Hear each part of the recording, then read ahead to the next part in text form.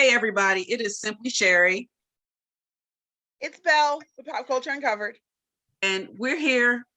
The Oscar nominations were made this morning, February 8th. And we have some thoughts and we wish to share them with you. So if you have any other opinions or upset about something that we've said, please feel free to drop a comment. Please feel free to like and subscribe to Pop Culture Uncovered. All right, Belle. So, I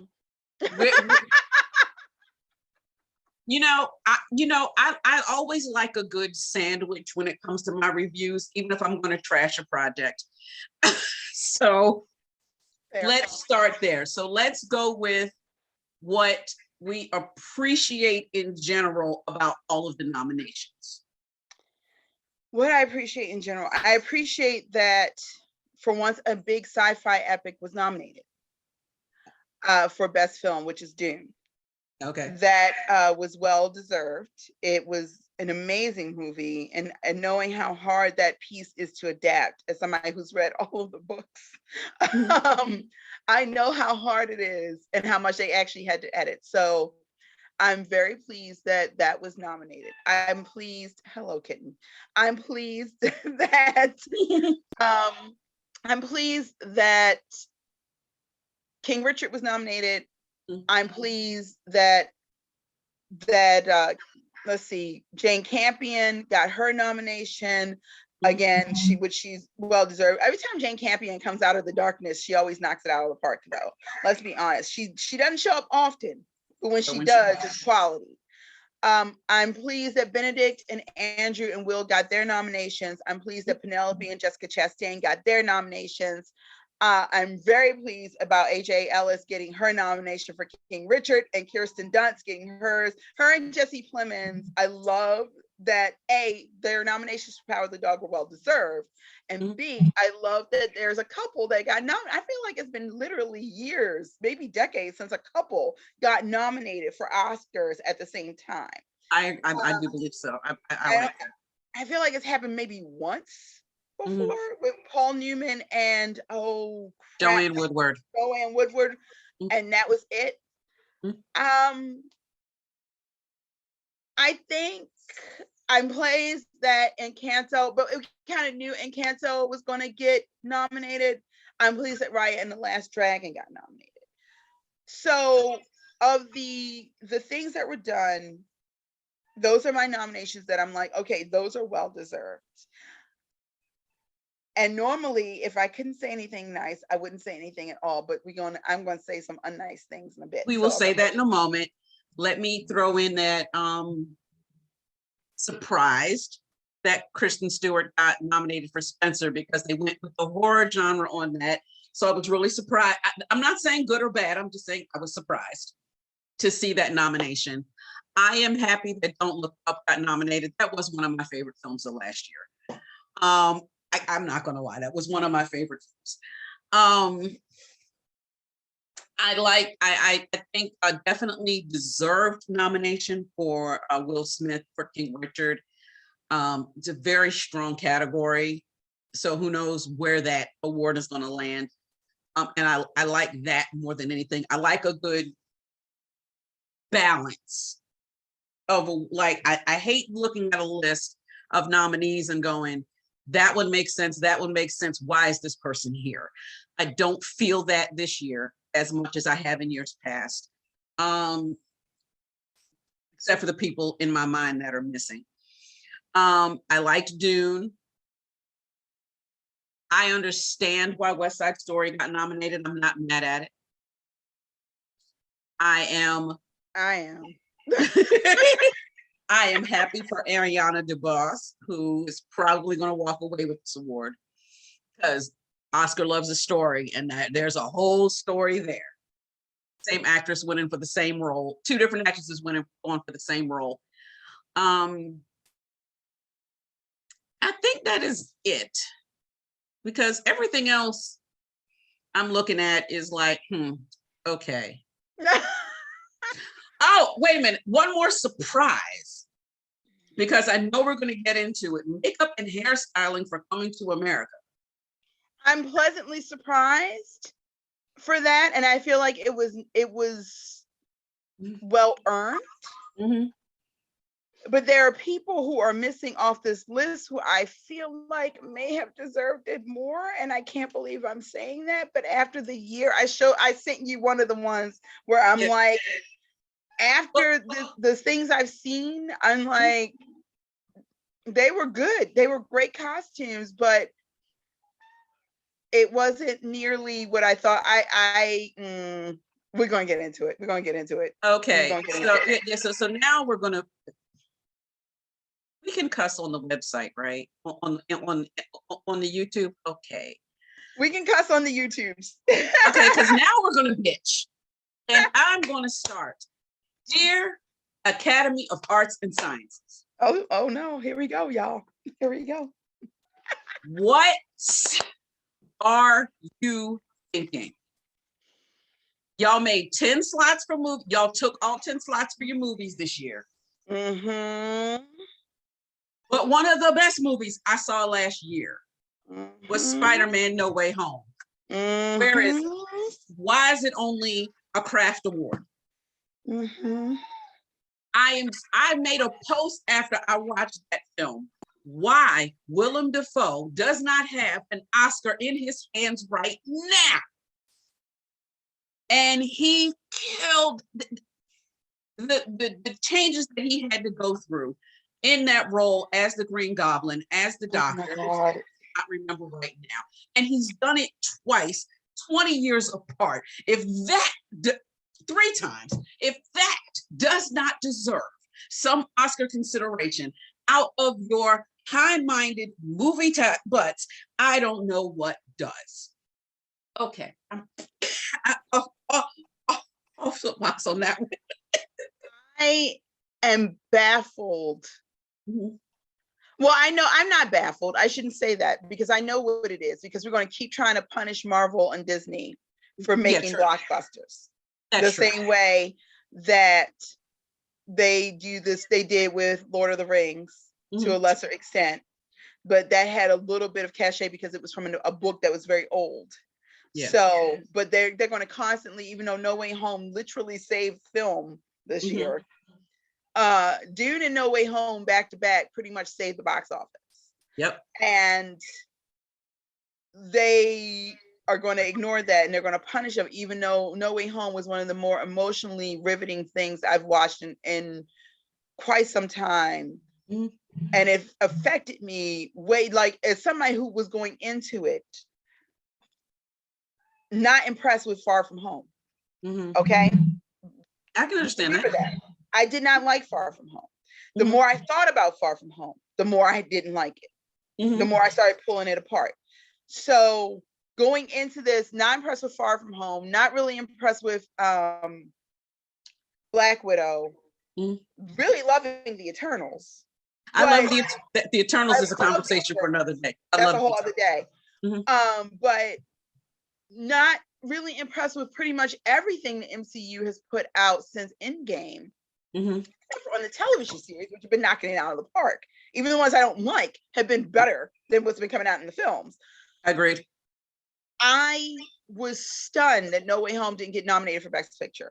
Mm-hmm. And I was stunned that Willem Dafoe and our kid, Tom Holland, didn't get nominated. Tom Holland has been carrying, Tom Holland is, whether they realized it or not, the emotional heart of the MCU since R.F. Downey Jr. has left. Yeah. And he carried that, the entire scene, the whole scene with May's death. Spoilers. If you somehow haven't seen it yet, was because you didn't want to watch it. If you ain't seen it, yes, because you didn't want to see it. Actually, it was seen at the end when he's made the decision.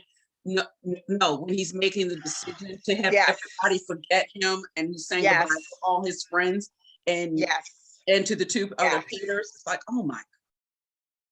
Yes. And the fact that he didn't get nominated, the fact that Willem Dafoe didn't get nominated, the fact that freaking Marissa Tomei should have got nominated for Best Supporting Actress. I agree. is nonsense. The other two, which well know, that have me livid that were not nominated, were Passing and The Green Knight. Yes, and I can tell, and I think I know why Passing didn't get nominated, because Netflix does not spread their money around when it comes to their Oscar campaigns. They should have. And because this has happened more than once every year. Netflix has been nominated every year for at least the past 5. Yeah. They've had a film in the top, and that's where all their money went when they've had other projects that deserved as much support as whatever you've given this top film. And Passing was one of them. I agree. Passing should have been nominated for Best Director for Rebecca Hall. It should have been nominated for Best Picture. Tessa Thompson should have been nominated for Best Actress. Alexander Skarsgård should have been nominated for Best Supporting Actor.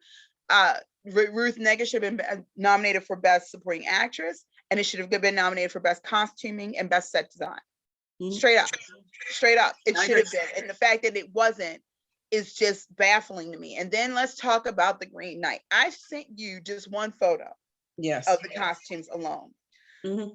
And Armand and I were actually having this conversation before you and I got on. And he said, I can tell you exactly what happened. He's like, any other year, a movie based on an old Arthurian legend with one of the most critically acclaimed directors of a generation directing it, set in Ireland with the cinematography, special effects, and everything that was done for it, would have been nominated. Except David Lowery had the audacity to cast a Southeast Asian man as an Arthurian hero. Yeah.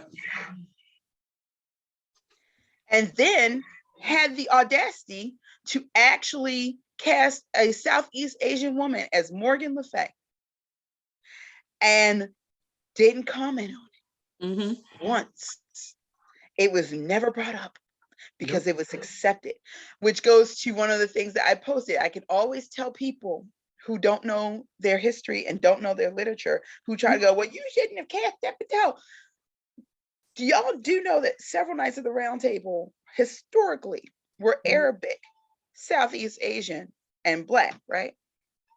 You should go read the actual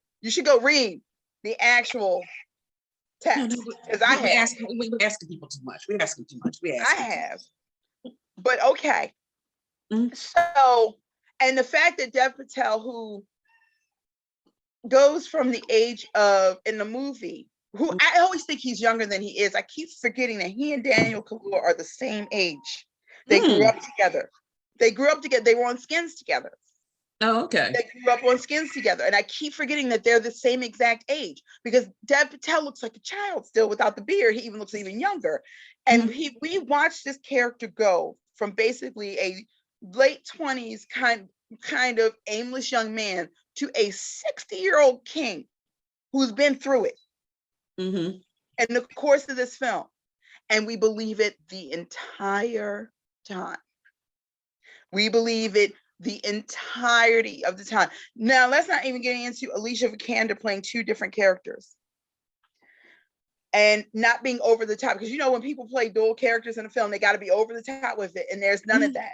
But from the moment she walks on screen, and her physicality is so markedly different, that you immediately know, because I don't care what she looks like, that ain't the same person. That person that we're talking to is from another world, because it very much comes across like she's one of the Fae when we see her again. Right. And so her physicality is extremely different. Joel Edgerton, who is brilliant in this movie, and I don't want to spoil anything for you because I know you haven't seen it. It's on my list. Joel Edgerton and Ralph Ineson are so good, and both of them deserve a Best Supporting Actor nomination for this film. Literally, there's not one weak link in this film. There's no one. Sean Harris is King Arthur, amazing. Oh gracious! Kate Dickie as Guinevere, amazing. She has 3 lines. But those 3 lines are significant and impactful enough, and the way she reacts to the situation unfolding around her is impactful enough. Sharita Chowdhury as Morgan Le Fay, amazing. And I'm just like, how we not, then that's not even getting into the costumes. And what they did on a $9 million budget for the special effects in this film. That deserves an Oscar alone, because you didn't know they made that movie for nothing. No, see, I did not know. And then when you think about, in contrast, it did get the visual effects nominations for, this is the only nomination that No Way Home got. And Shang-Chi and Legend of the Ten Rings. And they had all the money in the world, which is fair. But they had all of the money on earth to make those movies. Meanwhile, David Lowery did the special effects for $9 million. Everybody in the film took a pay cut so that they would stay under $18 million to make this movie. So literally everybody in the movie took a cut. That's how much they all believed in the project. Then, and I was telling Armand this as well, come to find out, because you know me, I watched the behind the scenes stuff. They made the costumes out of recycled materials. Oh, nice. Every piece of costuming and every set you see, up to and including the actual physical sets, are made from recycled. The stone pavers are made from recycled wood that they bleach to make them look like stone. Every single part of the set was made from recycled materials. The costumes were made from recycled materials or fake leather, but not leather. It was made from, are you ready for this? Coconut leaf bark and coconut tree bark. Wow. They weathered that to make all the leather look like real leather in the film. Okay, I'm down for that. As a designer, as someone who sews, I'm down for that. I appreciate that. They wanted to do as much of a green set as possible, so they did as much recycling as they possibly could to make it, and you would never know. You would never know. So for me, the fact that those two films were not nominated in every category is just a shame. And it goes, something that Armand said, and I hadn't thought about it that way, but he said, he's like, it used to be that when films were nominated for an Oscar, it was usually films that half of them were things that you'd never heard of. But then when you saw them, you were like, I totally get it. They were smaller budget features that ended up making somebody's entire career. And now it's almost as if there's a formula. And so you got to check these lists of formulaic things to get that nomination. And the smaller projects like The Green Knight, like Passing, get overlooked. And I said, well, also those films are being made either by POCs, or they're being made with more by POCs on the other side of the camera, in front of the camera. Because it used to be, your independent films would get nominated, but those independent films were always fronted by white dudes. Now, so here's my question, because I'm not going to lie, like, of course, we're having this chat, and while we're talking, I'm also looking up the Independent Spirit Awards, and I was curious to see what movies are on that list. The Lost Daughter from Netflix is on that list. Zola,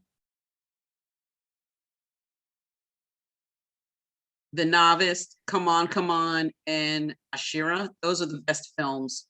Yeah, I'm surprised that The Green Knight wasn't nominated for that, because it honestly is baffling to me, and I don't understand these shutouts when it's so much quality. And David Lowery basically put his heart on the floor in this film. He left it all on, as they say, he left it all on the field with this film. It's so beautiful. It's so well thought out. And that's the other thing, like half of the nominations didn't get nearly the level of critical review that the two movies I'm speaking of did. Right. Or and then No Way Home did. And yet, I will say, and while we're on surprise missing nominations, we mentioned it in our pre-show. I'm surprised that In the Heights is not here. I may not have expected too many of maybe not Best Picture, but I just knew they were going to get Best Adapted. I think they got screwed over with the controversy around the lack of Afro-Latinas in an area that's characteristically filled with Afro-Latinas. And I do think that, which makes me angry, because In the Heights, while I have my issues with that, if you're going to put a musical that came out this year on the nominations, In the Heights over West Side Story all day, every day. All day, every day. I wanted to see that competition, period. Like I said, I always said, I am very sensitive and I understand the issue with In the Heights, but that was still a very well-made film. And it was a good film. And I don't like I said, and I just knew that there was going to be, like I said, at a minimum, there was going to be an adapted screenplay nom for Lin-Manuel, because they love him. Anyway, I saw that one last summer. Like, where's this? Yeah. Then we got to move on to some of these nominations for these actors and actresses. Okay, so I don't want to. we're going to, and as I sit here and I've scanned the list of the best actor nominations and the best actress nominations, I've only seen one of these movies as we're sitting here having this conversation. For best actor and best actress? Yes. Okay. I've only seen King Richard. Tick, Tick, Boom is amazing. I've heard and I've seen. It's amazing.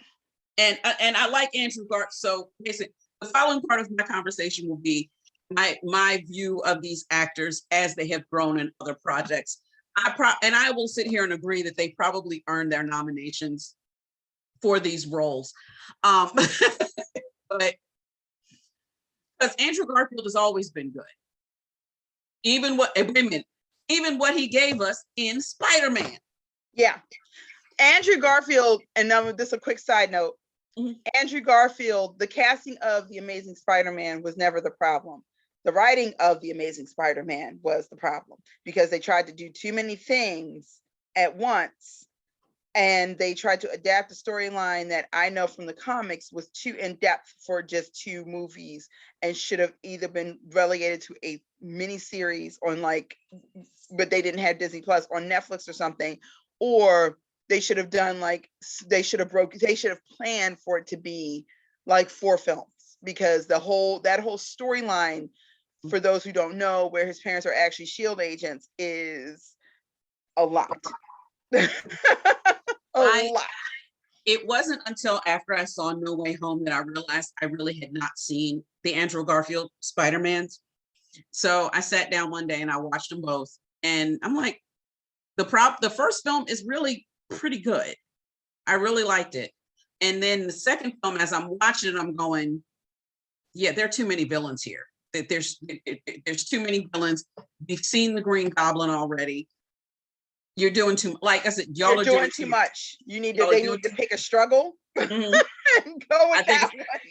pick your strong point, pick struggle, and move on. And because of No Way Home, even though we are probably going to get another Tom Holland Spider-Man film, I want to see the Andrew Garfield Spider-Man film, because he mentions, after Gwen died, I was angry. I want to see that movie. I want to see that movie, and I really want him to be Deadpool and Venom Spider-Man. I would love to see Andrew Garfield against Ryan Reynolds Deadpool, because if you don't know the comics, they have Deadpool and Peter have a very interesting relationship, where Deadpool is constantly throwing it at Peter, and Peter's like, I don't think so. And so I would love to see that with a Peter who doesn't seem like a child. Like, I know Tom Holland isn't that young, but Tom Holland looks like a baby. He does. So if you're going to have, and you can't, I don't see them trying to tame Ryan Reynolds down, and that relationship is key. There's 3 characters. The only reason I would say that it wouldn't work is, I need to see Andrew Garfield's Spider-Man with Deadpool, and I need to see him with Venom, because of the way those relationships are in the comics and how interconnected those 3 characters are to each other, which is the first thing. And then secondly, I need to see Loki interact with Deadpool and with Tom Holland's Peter, because there's been a strong suspicion that Deadpool is actually Loki's child. And so, yeah. And so, and Loki and Peter in the comic books have a very, very fun, loving relationship in the comics. So it would be interesting to see that play out. So with the multiverse of madness coming, and I know we're getting off topic, and I don't want to get too far off topic, that we'll come back in a way that we would normally have. Mhm. So I'd really, and we know apparently Andrew Garfield is signed up to do one more film at least. Nice. So I'm here for it. I'm here for it. So I will, and I've heard in the review shows that I listen to have talked about, I've talked about all of these films and have mentioned that the acting in all of these actors that have done their roles did an amazing job. So I'm not that upset. And I know that I saw a headline about there are no Black actresses this year in Best Actress. I'm not saying, okay, I was about to say, I'm not saying the roles did not exist, but but you're right. We had Tessa Thompson this year who should have gotten it. And but who else is my question now? Who else? Haley. Okay. Haley and Bruised. Okay. Haley should have gotten it for Bruised. And both she and Rebecca Hall should have been nominated for Best Director, because I cannot believe that both of them, that was their first movies that they ever directed. I can't. Right. Having watched both of those films, I cannot believe that was their directorial debuts. That's insane to me. And don't come for me in the comments. I may not have seen everything, which is why I asked the question the way I did. Yeah, I mean, there was a lot of film that came out. It's one of the good things about the pandemic. There was never in a time that if you didn't want to watch something, there was something to watch. Mm-hmm. But Haley and Bruised was just devastating in that movie. And it always cracks me up when the critique is, well, it's too formulaic, like Creed wasn't. Mm-hmm. And I loved Creed. I love Creed too. But it's a formula. It's a formula that works. So wait a minute, Rocky won the Oscar in 1976 for the same formula. I feel like Cardi B. That's suspicious. So for me, that Haley should have been nominated for Best Director and Best Actress. The young lady who's in Bruce with her, who plays her coach, should have been nominated for Best Supporting Actress. So there were Black actresses, and again, Ruth Negga should have been nominated for Best Supporting Actress as well. You could have taken Kristen Stewart. I'm so tired. Okay, Kristen Stewart seems like a very nice young lady. Mm-hmm. But her open mouth acting is just really a lot for me. She mouth breathes acting. Mm-hmm. This is every scene.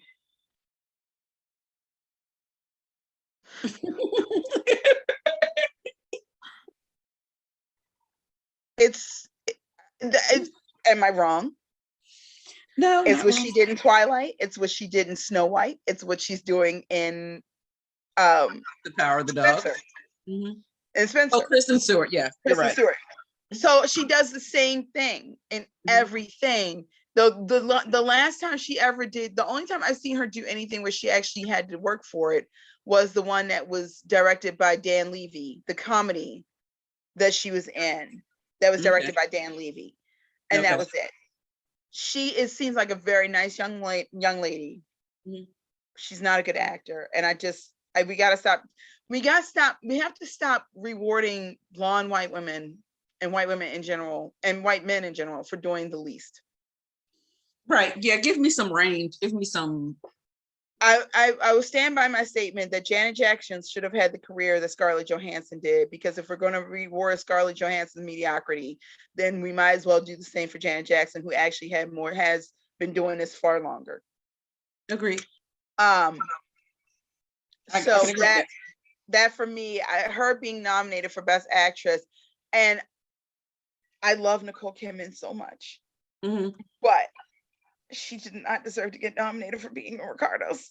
No, she shouldn't even have been cast in Being the Ricardos. And the thing is that I see the actress in my mind right now that I was like, there was somebody so much better. I can see her, but I cannot come up with her name right now. As soon as somebody says it, I'm be like, yeah, that's her. But yeah, I'm just like Jessica Chastain. Jessica Chastain, what's her, Bryce Dallas Howard, even though I know she's pretty much moved fully on to directing at this point. Wait a second, twins. Amy Adams, literally anyone else. She's too old. I wouldn't. You muted yourself. Sorry, I muted myself. People forget that Lucy was not young when she started on I Love Lucy. Right. And that she had been in the business for quite some time. She just looked very young. Several movies prior to. Yeah, and had founded United Artists. And it was the reason that we got Star Trek, which people forget. So, you know, she had been in the game for a minute. But I just feel like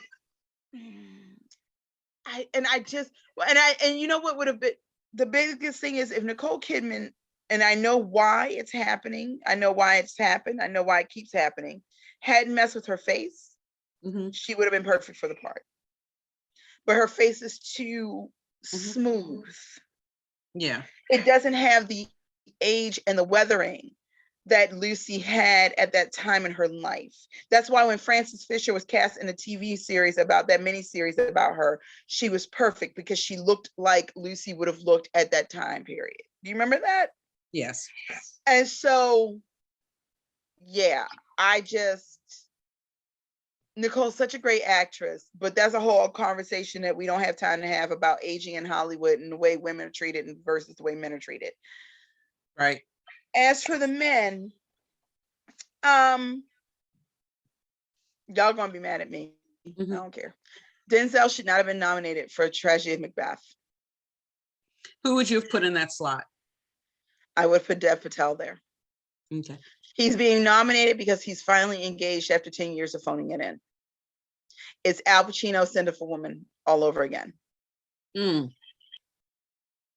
I hope, and as he's much as I love for Denzel, nothing. And I love Denzel. Don't get it twisted. I love Denzel. And prior to the award show on March 27th, we will be back. The award show is March 27th. So sometime that week before, we will be back with a video with our predictions because I will have time to have watched some stuff and to be able to make my own predictions as we have done in the past. But I don't want him to win. I really would like, of these 5, I would really love to see Will Smith in this award. And I will also say that should he win, it will not be for King Richard. Will Smith has deserved that's a career award. It'll be for his body of work. That'll be I do love that we have 3 men of color in the nominations. I absolutely love that. And I think everybody but Denzel, and here's the thing, I loved The Tragedy of Macbeth. I spent that whole movie going, oh, there's the Denzel I've been missing. He was so good in it. But at the same time, compared to the performance that Dev Patel gives, it's not comparable. It's just not. And it's also telling. I believe that this is the only nomination that this movie got. Which is weird for me because the set design for the movie was nuts. Have you watched this? The set design for this film was bananas. And I'm like, I dig what they did. It was very Brechtian. It was just very minimalist, very Brecht, very German set design. And I loved it. The way they shot people's faces, especially since they were using black and white, and the way everybody's framed and little hints about what was going on. It was so done. The fact that Catherine, I want to say Howard, didn't get nominated as the witches for Best Supporting Actress as the witches in Macbeth, that to me is a tragedy. That she should have been nominated because she was freaking, her physicality alone should have gotten her nominated. When you see it, you'll know exactly what I'm talking about. Every time she shows up on the screen, I was both fascinated and terrorized. every time she showed up.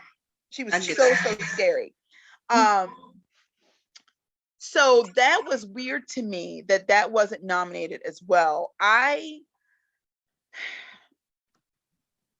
don't know. I feel like you're right. If Will wins, it will be for his body of work. It would be for the fact that he should have won at least twice before this. I agree. For Ali, and for what was the one where he was playing the guy, the real life guy, who, well, both the real life guys, the one where he didn't win for the doctor who exposed the NFL. Oh, I know what you mean. Concussion. Concussion, and then the one he didn't win for the gentleman who ended up like who lost everything. It was like he was homeless, and it was just him and his Pursuit child. of Happiness. Yes, he was supposed to be. He should have been one. He should. I think he was nominated for both of those, but he didn't win for any of those. Yeah, and he should have won for those. And he was also nominated for Ali, which he did not. Yeah. So and actually, like, I think, and I'm gonna go with. I think he lost to Denzel that night. Yeah.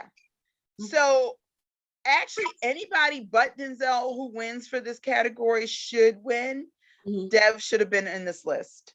This is, it kind of goes to what I was thinking about what you were saying last year about how when Frances won, she didn't even want the win, which is the first thing. And this could have made Audra Day's career. Andra Day, I'm sorry. I have a friend named Audra, and I keep saying Audra instead of Andra. Andra Day's career. And this is Dev Patel has been putting in that work since he was 12 years old. And he has been consistently, even in terrible movies like Avatar: The Last Airbender, he has consistently been the best thing in everything he's in.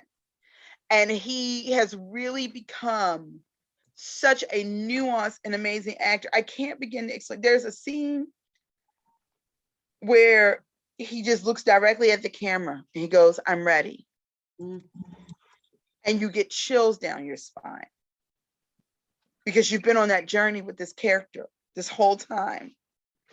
And so when that happens, you just get absolute shivers. And it's nothing deep. It's his eyes, him looking directly at the camera and saying his line. And it's perfect. And so I'm just like, Denzel should not be here. I love you, boo. And actually, his son should have been in here for Malcolm and Marie.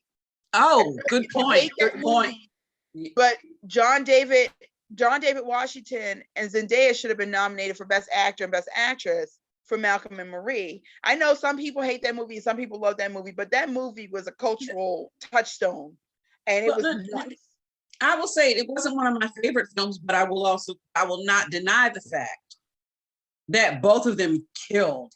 Yeah. And Academy, y'all do give Academy Awards for Best Actors in bad films. Joker. Anyway, so I think we're gonna end right there with that bit of shade. We will be back third week in March before the Academy Awards are awarded. After we've drunk ourselves on St. Patrick's Day. On St. Patrick's Day. I just made the list. I have 13 films I need to watch. Hopefully I can get my hands on it for you. You know, I will do my best to watch them, even if at least I will. And if I really get like, why am I watching this? I will at least give it an hour. So I can say, okay, I've seen it. I understand what we're doing here. Because I want to give these people their respect, even though they dissed my favorite movie of last year. I don't care what anybody says. Yeah. Yeah. But oh, wait a minute. We're supposed to end this sandwich on something positive.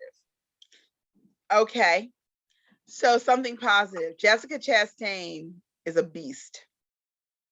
She has been in like 3 of my favorite films in the last year. 355, which got unduly. I was like, we need to have a whole conversation about things that are majority women and or by POC or both led getting trashed in the last 2 years.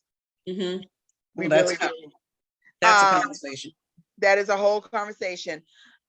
She was in The Eyes of Tammy Faye, and the way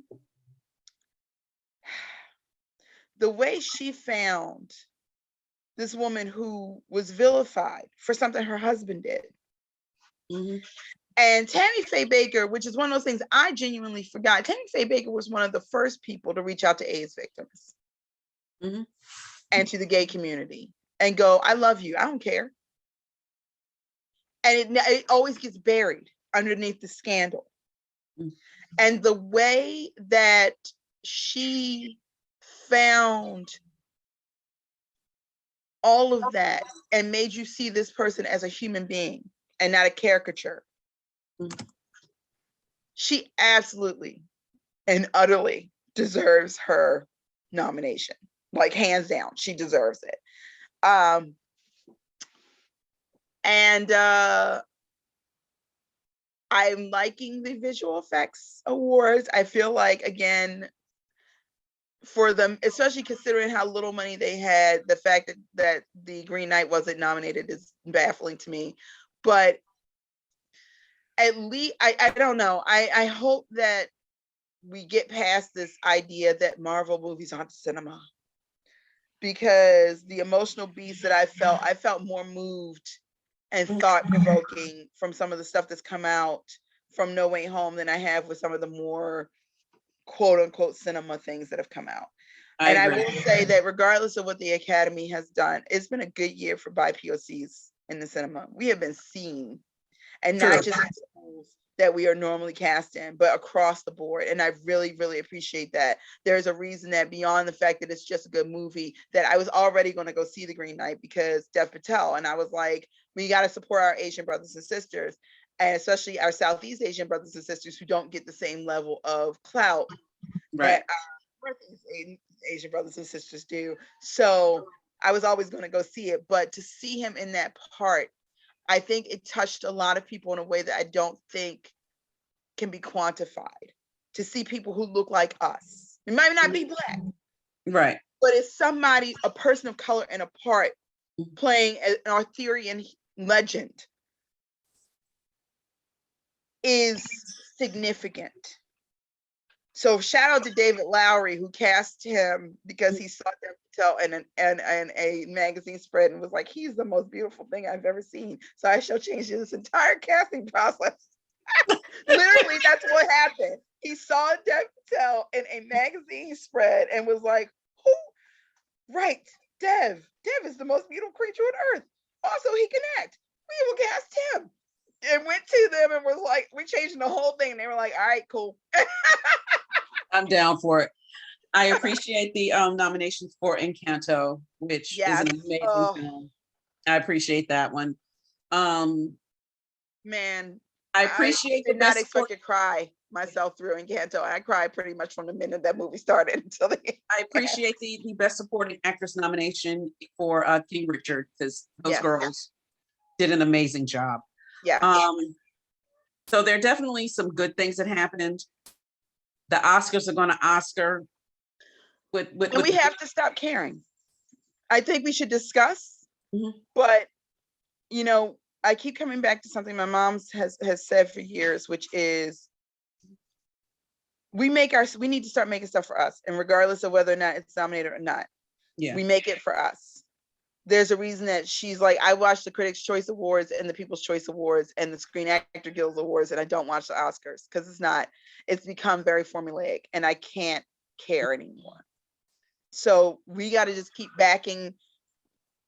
We have to do what we've been doing, which is keep on backing our own. Yeah. And I agree with that. Going to the cinema or renting or whatever it needs to be done to say, yes, we see you. We people on the street see you and we appreciate you representing us. And it doesn't always have to be just because it's Black, but because they're Asian or they're Hispanic or they're Native American or they're Arabic, but seeing people in roles that we don't normally see them in, or seeing people just exist. Yes. And wait a minute. And so for all of this that we're talking about representation. So I am excited to see Coda on the list. I will say that as the best picture. Yeah. Being about hearing impaired. Yes. Person. And that life and that part of life that I'm going to honestly say that I had not quite thought about. Yeah.